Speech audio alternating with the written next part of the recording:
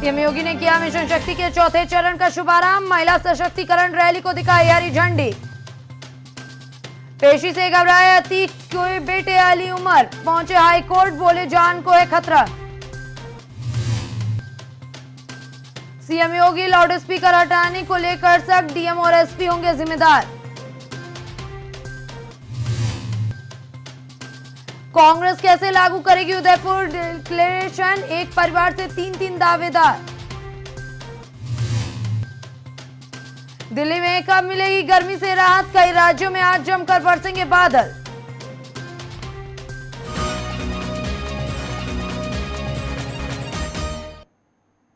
नमस्कार, आप देख रहे हैं इंडिया वॉच और इंडिया वॉच के ग्राउंड जीरो रिपोर्ट में आप सभी का स्वागत है। तो चलिए शुरुआत करते हैं बड़ी खबरों के साथ। माफिया अतीक अहमद के जेल में बंद दोनों बेटों को भी जान का खतरा दिखाई दे रहा है। लखनऊ की जेल में बंद उमर अहमद व नैनी जेल में बंद अली अहमद ने इलाहाबाद हाईकोर्ट में याचिका दाखिल कर सुरक्षा की मांग की है। दलील है कि कचहरी जाने में जान का खतरा है, इसलिए वीडियो कॉन्फ्रेंसिंग के माध्यम से उनकी पेशी कराई जाए। कोर्ट ने याचिकाओं को खतरे के संबंध में विश्वसनीय सबूत पेश करने को कहा है। उमर की याचिका पर न्यायमूर्ति अंजनी कुमार मिश्रा और न्यायमूर्ति विवेक कुमार सिंह की खंडपीठ सुनवाई करे, जबकि अली की याचिका पर न्यायमूर्ति विवेक कुमार बिरला और न्यायमूर्ति विनोद दिवाकर की पीठ ने सुनवाई की। इनकी पैरवी करने वाले वकील विजय मिश्रा खुद जेल पहुंच चुके हैं। हालांकि जेल जाने से पहले विजय मिश्रा 12 जुलाई को दोनों भाइयों के डरने के पीछे के सबूत हल्फनामे के साथ अदालत में दे गए थे। एसटीएफ के लखनऊ से विजय मिश्रा को गिरफ्तार करके जेल भेज देने के बाद मामले की सुनवाई भी लगातार चलती। याचिका कई बार सूचीबद्ध हो चुकी है। इस हफ्ते में भी दोनों की याचिकाएं लगातार 2 दिन सूचीबद्ध हुई, लेकिन उनकी सुनवाई नहीं हो सकी। शुरुआती सुनवाई के दौरान अतीक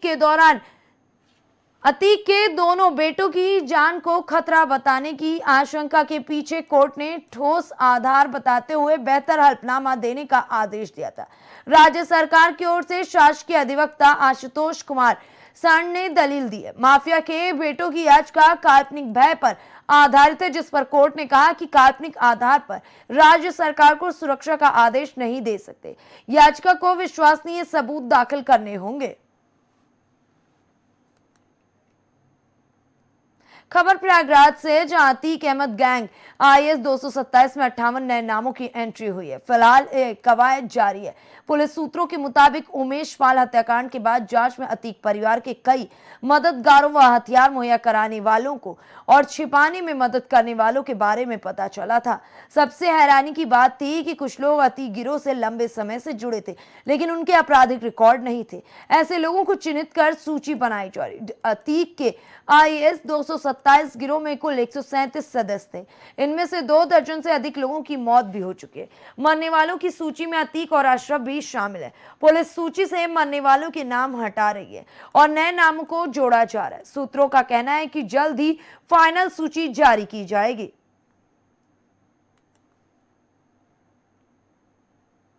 आज शनिवार को मुख्यमंत्री योगी आदित्यनाथ के द्वारा अपने सरकारी आवास मिशन शक्ति के चौथे चरण का शुभारंभ किया गया। उन्होंने महिला सशक्तिकरण मिशन शक्ति 4 को लेकर कहा कि महिलाओं की सुरक्षा और सम्मान प्रदान करने की बात हम सब के लिए सबसे ऊपर है। सीएम योगी ने मिशन शक्ति के चौथे चरण का शुभारंभ करने के बाद अपने संबोधन में महिलाओं के प्रति हो रहे अपराध को लेकर कड़े संदेश दिए। उन्होंने कहा कि महिला सुरक्षा पर हमारा विशेष फोकस रहेगा ताकि महिलाएं सुरक्षित रहें।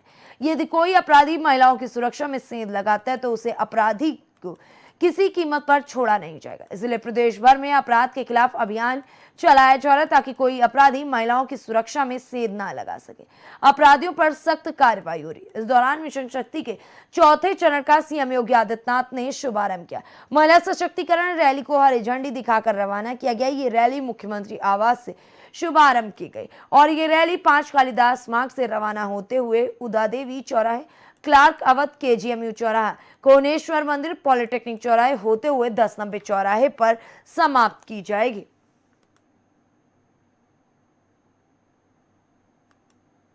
उत्तर प्रदेश के मुख्यमंत्री योगी आदित्यनाथ ने एक बार फिर लाउड स्पीकर हटाने को लेकर सख्त आदेश दिया। प्रदेश भर में फिर से दोबारा लाउड स्पीकर हटाओ अभियान चलाया जाएगा। इस संबंध में जिला अधिकारी के साथ SP को भी जिम्मेदारी सौंपी जाएगी।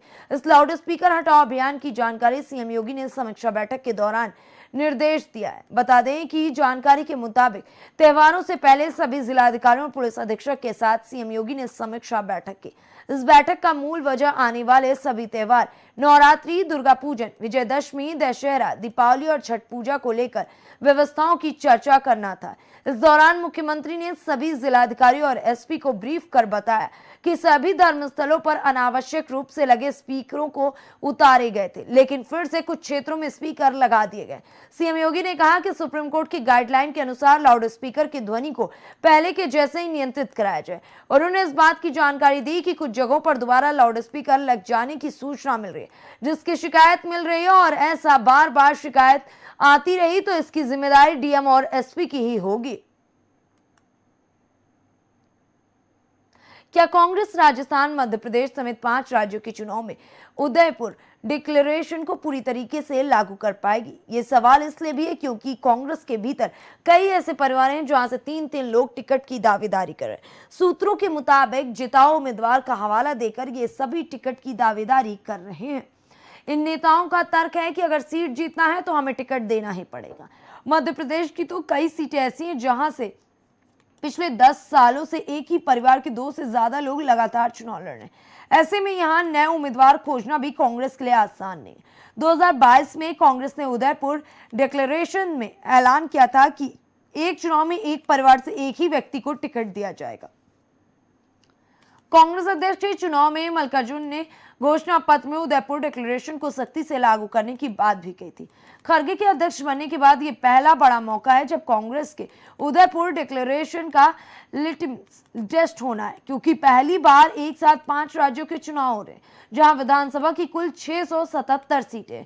2022 में यूपी, पंजाब समेत 5 राज्यों में बुरी तरीके से हारने के बाद कांग्रेस ने राजस्थान के उदयपुर से नवचिंतन संकल्प शिविर का आयोजन किया। चिंतन करने के बाद कांग्रेस ने 17 पन्नों का एक घोषणा पत्र जारी किया। इसे पार्टी ने उदयपुर डिक्लेरेशन का नाम दिया। उदयपुर डिक्लेरेशन में कांग्रेस ने राजनीतिक और संगठनिक फेरबदल के बारे में जानकारी दी। पार्टी ने कहा कि संगठन में 50% पद 50 साल से कम उम्र के नेताओं को दी जाएगी। इसके अलावा 1 पोस्ट 1 पर्सन का फॉर्मूला भी लागू किया गया। कांग्रेस ने घोषणा किया कि एक चुनाव में एक परिवार से एक ही व्यक्ति को टिकट दिया जाएगा।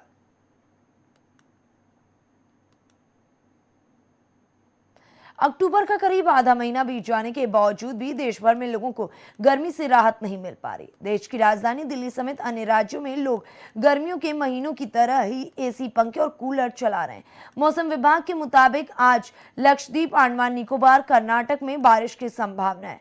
राजधानी दिल्ली के मौसम की अगर बात की जाए तो यहाँ मौसम में मामूली बदलाव देखने को मिला है। न्यूनतम तापमान में गिरावट के चलते सुबह सुबह हल्की ठंड का एहसास होने लगता है। हालांकि दिन में फिर से लोगों को धूप का सामना करना पड़ता है।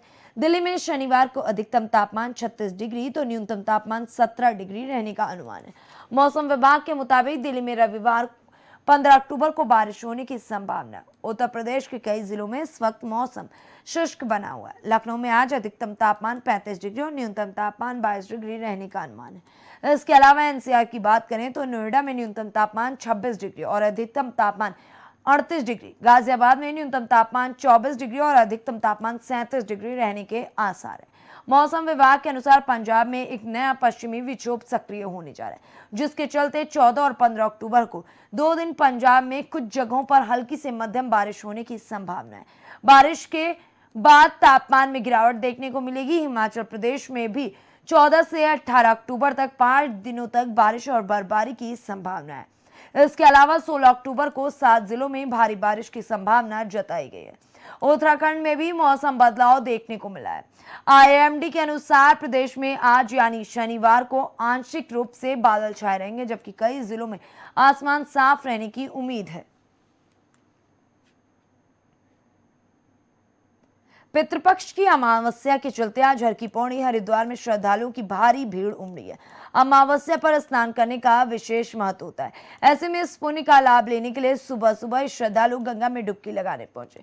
असम के मुख्यमंत्री हिमंत बिस्वा शर्मा भी हरिद्वार के प्राचीन नारायणी शीला मंदिर में पूजा अर्चना करने पहुंचे। यहाँ पितरों के लिए पूजन करने के बाद उन्होंने कहा कि सनातन कभी खत्म नहीं हो सकता। बताया कि वो हर साल अमावस्या के दिन प्राचीन नारायणी शीला मंदिर आने की कोशिश करते हैं। आज भी वो पितृ अमावस्या के मौके पर नारायणशिला मंदिर पहुंचे। इस दौरान उन्होंने सनातन धर्म पर की जा रही लगातार बयानबाजी पर बोलते हुए कहा कि कुछ लोग चाहते हैं कि सनातन और सनातन से जुड़ी परंपराएं इस देश में खत्म हो जाए, लेकिन उन्हें ये नहीं पता कि जब वो लोग भी नहीं थे तब से सनातन धर्म था। करीब 5000 साल पूर्व से सनातन धर्म और उससे जुड़ी परंपराएं चलती आ रही हैं। सनातन धर्म की परंपराएं आगे भी इसी तरह चलती रहेंगी। वहीं गठबंधन द्वारा की जा रही बयानबाजी पर उन्होंने कहा कि ये जो गठबंधन के लोग सनातन धर्म पर बयानबाजी करने ये पाप का कार्य कर रहे हैं और इस पाप के लिए भारत के लोग उन्हें 2024 में जवाब देंगे। माना जाता है कि यदि किसी को अपने पितरों की मृत्यु की तिथि ना पता हो तो वो पितृपक्ष के अंतिम दिन अमावस्या को पितरों को पिंडदान तर्पण कर सकता है। इससे पितरों को मुक्ति और मोक्ष मिलता है।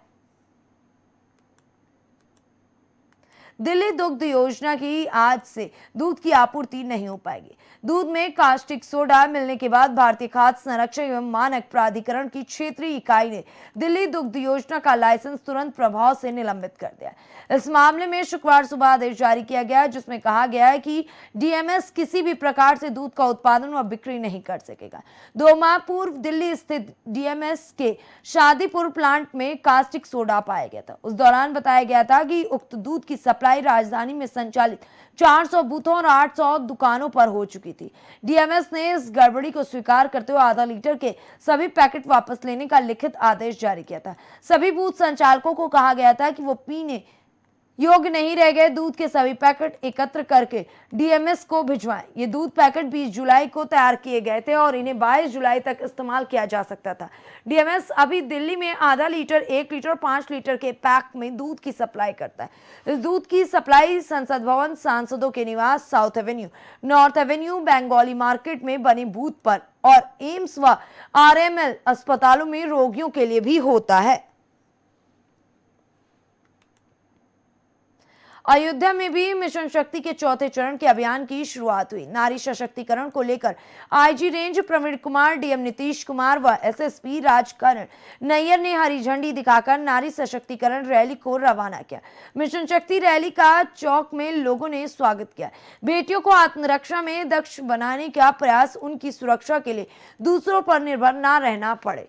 मिशन शक्ति के अगले चरण में नवरात्रि में पुलिस प्रशासन विशेष अभियान चलाने जा रहा है। नवरात्रि के प्रथम दिन से ही पुलिस प्रशासन ये अभियान चलाएगा। अभियान के तहत विभिन्न महिला कानून से भी परिचित कराया जाएगा, जिससे वो समय पड़ने पर अपने अधिकारियों और योगी सरकार की ओर से की गए पहलुओं का लाभ मिल सके। प्रदेश में शारदीय नवरात्रि के साथ मिशन शक्ति की शुरुआत हुई। आईजी प्रवीण कुमार ने बताया कि महिला बीट की सिपाही अपने क्षेत्र में जाकर महिलाओं और लड़कियों को जागरूक करेंगे। उनके क्या अधिकार हैं, उनके लिए क्या कानून बनाए गए हैं, उनको बताया जाएगा। उनकी सुरक्षा के लिए डायल 112 1090 के बारे में बताया जाएगा कि इन सुविधाओं से उन्हें कैसे सुरक्षा मिलेगी। स्वयं सहायता समूह स्थानीय महिला पुलिस के माध्यम से आत्मरक्षा प्रशिक्षण मास्टर ट्रेनर के रूप में दक्ष किया जाएगा। यह मास्टर ट्रेनर ग्रामीण क्षेत्रों में विभिन्न माध्यमों से बेटियों को आत्मरक्षा के गुण सिखाएंगे। शारदीय नवरात्र से बशांतिक नवरात्रि के रामनवमी तक चलने वाले इस विशेष अभियान में ग्राम पंचायत से लेकर औद्योगिक इकाइयों तक, स्कूल कैंपस से लेकर सरकारी विभागों तक, दुर्गा पंडालों से लेकर रामलीला के मंच तक हर जगह महिलाओं की सुरक्षा और सम्मान के भाव को बढ़ाने के लिए मिशन के रूप में काम किया। डीएम नीतीश कुमार ने बताया कि बेटियों को मुख्य धारा में लाने का भी प्रयास किया जा रहा है। बेटियां समाज में बढ़ चढ़कर अपने आप को दक्ष साबित करने का प्रयास करें और कंधे से कंधा मिलाकर चलें।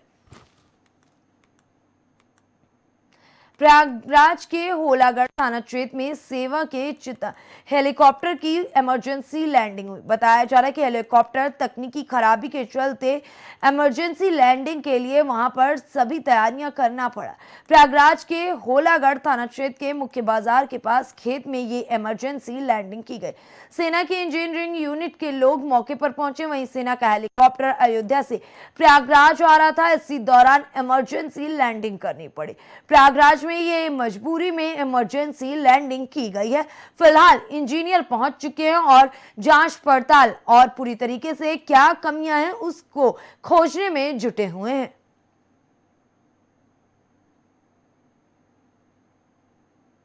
अगली और बड़ी खबर बांदा से सामने आ रही है। बांदा में महिला सुरक्षा एवं सशक्तिकरण सशक्तिकरण के तहत चलाए जा रहे मिशन शक्ति अभियान जागरूकता रैली की आज से शुरुआत की गई। जागरूकता रैली को जिलाधिकारी दुर्गा शक्ति नागपाल, एसपी अंकुर अग्रवाल ने हरी झंडी दिखाकर रवाना किया।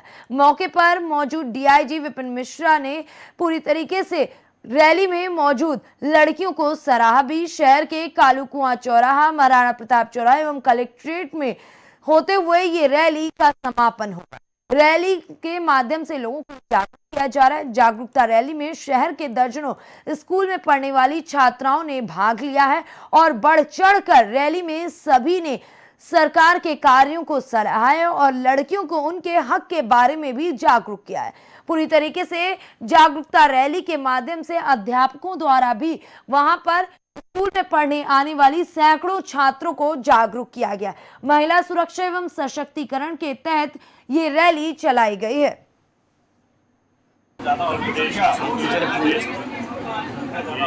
मिशन शक्ति में शुभारंभ रैली के माध्यम से किया गया, जिसमें विभिन्न कॉलेज की छात्राओं के द्वारा, विभिन्न विभागों की महिलाओं के द्वारा और कलेक्ट्रेट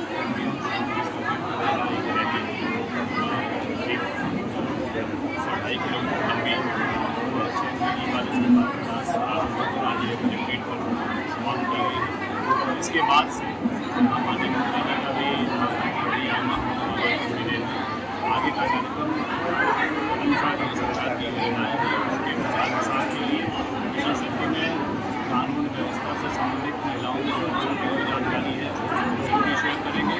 साथ ही उनके स्वावलंबन और उनके सशक्तिकरण के लिए उत्तर प्रदेश सरकार की जितनी योजनाएं उनके बारे में भी जानकारी दी। खबर अयोध्या से है, जहां राम जानकी मंदिर की संपत्ति पर दबंग कब्जा करके बैठे हुए हैं। योगी राज में अब साधु का जीना दुभर हो गया, ये कहना मुश्किल नहीं होगा। बता दें कि न्यायालय ने मंदिर के पक्ष में फैसला किया था, तभी दबंगों ने न्यायालय के फैसले को दरकिनार कर मंदिर की जमीन पर जबरन कब्जा कर लिया है। दबंग मंदिर के महंत को भी डरा धमका कर भगाने की फिराक में साधुओं पर अलग अलग तरीकों से धमकी देने का कार्य किया जा रहा है और दबाव बनाया जा रहा है। दबंग को पुलिस प्रशासन का जरा भी खौफ नहीं है। सबसे पहले आपको परिचय। मैं राम प्रताप सिंह बोल रहा हूँ, ग्राम सभा कनकपुर से, जो कि इसी क्षेत्र से हैं। और ये बहुत पुराना मंदिर है, प्राचीन काल से बना हुआ है, जबकि 4 पुश्त से हमारे दादा बाबा आजा सब लोग गुजर गए और आज तक कोई इस पर आंख नहीं उठाया। लेकिन तो कुछ ऐसे अराजक तत्व ऐसे आई जो कि इस जमीन को फर्जी तरीके से बैनामा करा लिए, जबकि ना तो गूंगा बौद्धा का बैनामा होता है और ना भगवान श्री राम जी का मंदिर का जमीन बैनामा होता है।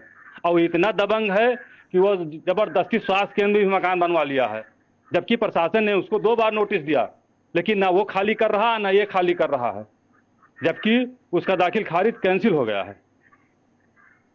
तो क्या कहना चाहते हैं? हम यही कहना चाहते हैं कि भगवान श्री राम जी की मंदिर की जमीन वापस आ जाए और यहाँ कोई साधु संत रहे वो उसी तरह से उसी से उसका मंदिर का जीर्णोद्धार करता रहे। साधु कब तक भीख मांगेगा? महाराज जी, राम मंदिर जो है वो बनकर तैयार होने की कगार पे है और बहुत जल्द जनवरी में उसका जो है वो शुभारंभ भी होने वाला है। तो इस पूरे मंदिर के निर्माण में या इससे पहले जो भी संघर्ष हुए, उस संघर्ष में जो भी कार सेवकों ने जो शहीद हुए इसमें और जिन्होंने अपने प्राण की आहुति दी, उनके लिए आप क्या कहना चाहेंगे और समाज को क्या संदेश देंगे उनके लिए? आप क्या? जय श्री राम। बड़े सौभाग्य की बात है कि राम जन्मभूमि हम लोगों के वर्तमान समय में पूर्ण रूप से बनने की तैयारी पर चल रहा है। बीते समय में जिसमें सन 1528 से 76 बार हमला आज तक हो चुके हैं।